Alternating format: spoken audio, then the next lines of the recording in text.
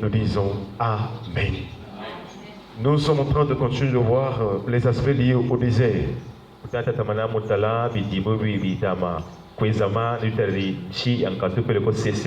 Israël est en train de continuer ses marches. Il est donc passé du désert de Chour jusqu'au désert de Sin. Et ce matin, nous allons voir encore un autre endroit où Israël était en train de camper. Et ce lieu est appelé Rephidim. Nous sommes donc dans Exode chapitre 17, le verset 6.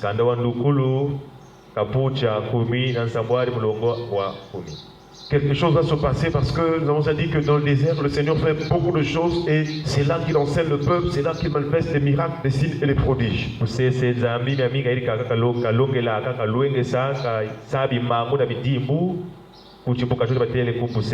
Et dans Exode chapitre 17, verset 6, il est écrit: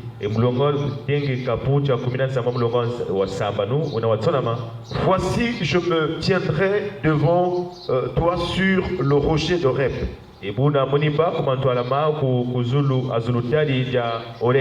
Tu frapperas le rocher et il en sortira de l'eau. Et le peuple boira. Et Moïse fit ainsi aux yeux des anciens d'Israël. Est-ce qu'on parle avec le Seigneur? Et à Rephidim aussi, le peuple était pressé par la soif. Et il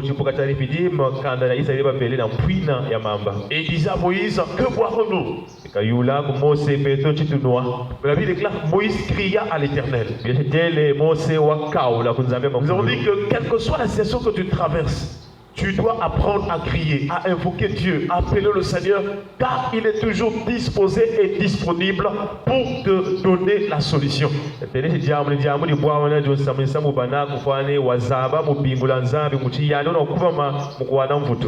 Seigneur dit à Moïse: je me tiendrai devant toi sur le rocher.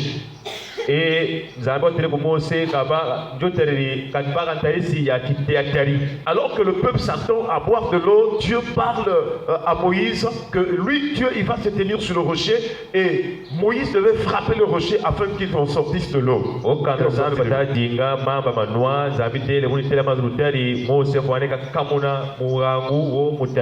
Or, nous savons que Dieu est esprit et donc quand Dieu parle, il y a vraiment une signification au corps, des choses liées à l'esprit.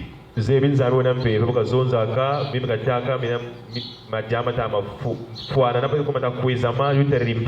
donc signifie ce rocher? Que donc signifie l'eau qui va sortir du rocher? Et que veut dire aussi frapper le rocher?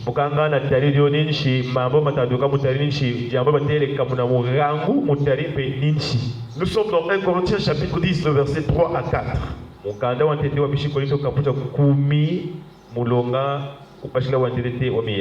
Il est écrit: et ils ont tous bu le même breuvage spirituel. Est-ce qu'on parle avec le Seigneur? Car ils buvaient à un rocher spirituel qui les suivait. Et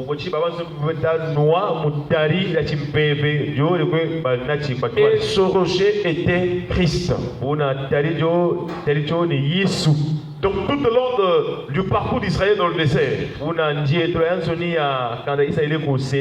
la Bible déclare que Israël buvait à de l'eau ou bien de l'eau du rocher. Mais il est précisé ici qu'ils tous ils ont bu le même breuvage spirituel.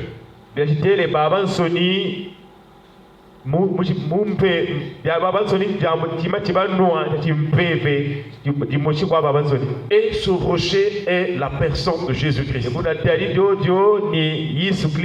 Donc lorsque Dieu parlait à Moïse pour dire que je me tiendrai sur le rocher et tu frapperas le rocher et il en sortira de l'eau et le peuple boira.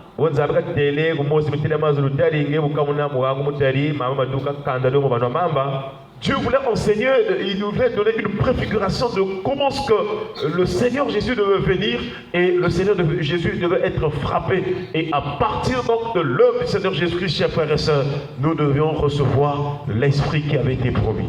Et bona nzambe afane ka songela mimi kwiza kumantwala kuyiso afane kiza bakweni musafurila engati buyisu beto tatambula mpeve ya nzambe. De la même manière que le rocher était frappé, Jésus aussi était considéré comme frappé de Dieu. Et bona pila moshibo yiso mosa kamuni mugango mutari yisu mpeve ka yijiri boba musafuri ba mutwiri kuba. Dans Ésaïe chapitre 53, le verset 4, il est écrit. Et mon beaucoup cependant, ce sont nos souffrances qu'il a portées. Et c'est de nos douleurs qu'il s'est chargé. Et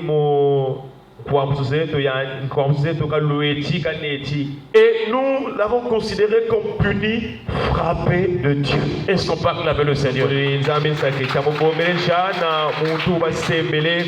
Si Israël traversait le désert et il était pressé par la soif, nous aussi, dans notre époque, précisément maintenant, dans cette génération, nous sommes pressés par la soif. Nous avons déjà rappelé que la soif, ça veut dire le besoin. Chacun a un besoin, chaque homme a un besoin. Sinon, je dirais mieux, toute l'humanité est pressée par la soif d'entendre les paroles de Dieu, la soif de vivre pour le Seigneur, la soif de recevoir l'Esprit de Dieu.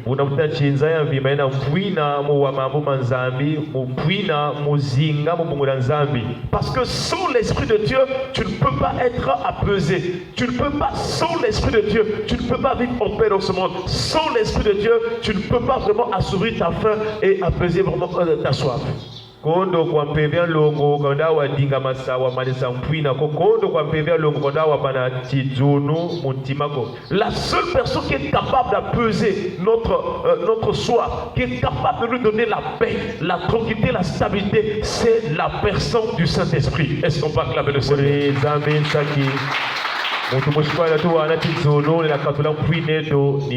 Voilà pourquoi Jésus est arrivé, il nous a sauvés par grâce, il a accepté la mort de la croix, il a souffert à notre place, c'est l'image donc du rocher frappé. Jésus est ce rocher, mais c'est dans Jésus ou dans la personne de Jésus que va sortir l'œuvre du Saint-Esprit. C'est pourquoi Jésus a accepté de mourir à la croix, il était frappé, il était humilié, et tout cela, il voulait nous conduire à recevoir le baptême de l'Esprit. Et Yesu bafuiri wamweni mpashiba mutwiri bunangachi mu Yesu beto tatambula tuka pulukulu ya bebe ya lopeleko lufa. Si tu veux être fort, tu veux être puissant, si tu veux faire des exploits, tu dois être baptisé du Saint-Esprit. Et les disciples de Jésus, chers frères et sœurs, ils en avaient déjà reçu l'enseignement de la parole, ils étaient avec le Seigneur, ils ont vu beaucoup de choses, mais le Seigneur a dit, attendez encore, restez encore à Jérusalem jusqu'à ce que vous soyez revêtus de la puissance du Saint-Esprit. Est-ce qu'on peut acclamer le Seigneur?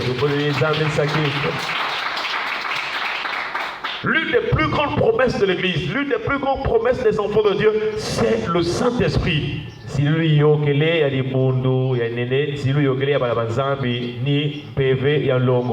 personne qui a le Saint-Esprit, on dirait même que cette personne a tout. Parce que le Saint-Esprit accomplit les paroles de Dieu. Le Saint-Esprit accomplit la puissance de Dieu. Le Saint-Esprit manifeste même la vie de Dieu en nous. Est-ce qu'on peut acclamer le Seigneur? Nous devons aspirer aux choses de l'Esprit de Dieu. La Bible déclare que l'affection de la chair ne saurait pleurer à Dieu.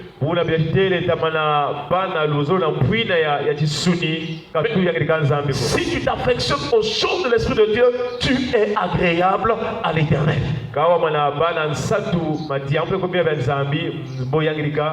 Lorsque c'est le Saint-Esprit qui te conduit, qui prend le contrôle de ta vie, tu es agréable à Dieu parce que Dieu est esprit.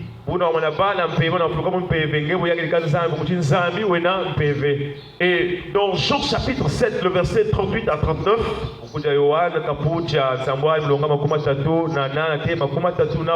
est écrit: celui qui croit en moi, des fleuves d'eau vive couleront de son sein. Comme dit l'Écriture. l'écriture. Est-ce qu'on va acclamer le Seigneur? Celui qui croit en moi, les fleuves d'eau vive couleront de son sein, comme dit l'écriture. C'est-à-dire, celui qui accepte, qui obéit, qui croit en moi, qui croit à l'œuvre que je vais accomplir, alors des fleuves d'eau vive, et c'est le Saint-Esprit. Il recevra le Saint-Esprit, il sera conduit par le Saint-Esprit, il sera dirigé par le Saint-Esprit, il sera nourri par le Saint-Esprit, il sera rempli du Saint-Esprit, il sera débordé du Saint-Esprit. Et buna ota kwikila mu meno ta kwikila mu yisu buna yani boka fuluka mu mpeve ya longo katoro sulu mu mpeve ya longo. Et c'est ce qu'il est en train de dire ici. Il parlait, il disait cela. Il dit de l'esprit que devaient recevoir ceux qui croiraient en lui, car l'esprit n'était pas encore, parce que Jésus n'avait pas encore été glorifié. Et yisu bakeli longa mi omi mbungula mpeve yina ya fane yiza bukuti mpeve kaiti jira ko akatonsi. Alors nous savons que avant que Jésus ne soit glorifié, il devait passer par la mort. Et donc après la mort, Jésus devait ressusciter et être glorifié. Est-ce qu'on peut acclamer le Seigneur? Et c'est pourquoi déjà Jésus dans Jean chapitre 14, à partir du verset, je crois 15, il va dire: si vous m'aimez, gardez mes commandements, et moi je prierai le Père, et il vous donnera un autre consolateur, l'Esprit de vérité.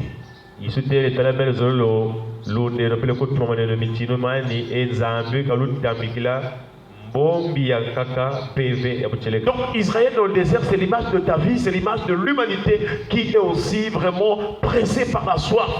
Et la vraie soif, le vrai besoin de l'homme, c'est l'œuvre du Saint-Esprit. Parce que si une personne n'a pas l'Esprit de Dieu, celle-ci, en tout cas, ne peut pas plaire au Seigneur. Celle-ci sera charnelle. Et c'est pourquoi le Seigneur nous a sauvés et aussi a manifesté en notre faveur l'œuvre du Saint-Esprit. Et pour que le Saint-Esprit se manifeste, donc Jésus devait être glorifié pour qu'il nous donne d'être remplis de l'Esprit. Et présentement, nous sommes dans la dispensation du Saint-Esprit. Et kuna muntango mutera muntango ya peve ya longo ya ndongo solo ya peve ya longo muna muntu mpwina yongele ya muntu ni mpwina ya dinga fulukwa kwa peve ya longo. Que le Saint-Esprit étanche notre soif, que le Saint-Esprit puisse assouvir notre faim afin que nous puissions vivre pour Dieu. Et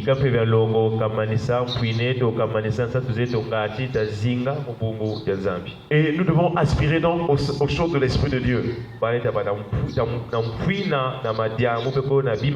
C'est alors que nous verrons, nous comprendrons et nous recevrons les choses qui sont dans les profondeurs de Dieu. Et c'est ce que Paul a dit. Il dit: ce sont des choses que l'œil n'a point vues, des choses que l'oreille n'a point entendues, des choses qui ne sont pas montées au cœur de l'homme. Dieu nous les a révélées par l'Esprit, car l'Esprit sonde tout, même les profondeurs de Dieu. Paul katele mena madiama la momona mes mwa makutu bala mona ka mutima wa muntu kanzambi watuza ikisabyo ku muchimpeve zebi mansweki manzambi. Nous prions que le Saint-Esprit nous remplisse, nous prions que le Saint-Esprit nous conduise, nous prions que le Saint-Esprit nous enseigne les choses profondes de Dieu et que le Saint-Esprit nous donne d'être remplis de la foi au nom de Jésus. C'est le Saint-Esprit qui manifeste en nous les dons spirituels. C'est lui qui manifeste la puissance de Dieu. C'est au travers de lui que nous pouvons faire des exploits, des miracles. C'est le Saint-Esprit qui manifeste en nous les fruits de l'Esprit. Et nous prions qu'il manifeste en nous la foi, l'amour, la patience, la bonté, tout ce qui concerne le fruit de l'Esprit au nom de Jésus. Si tu veux avoir une bonne conduite qui plaise au Seigneur, si tu veux avoir une conduite qui soit agréable à Dieu, alors tu dois te laisser être conduit, animé, dirigé par le Saint-Esprit. Est-ce qu'on peut acclamer le Seigneur? Baissons les têtes dans la prière.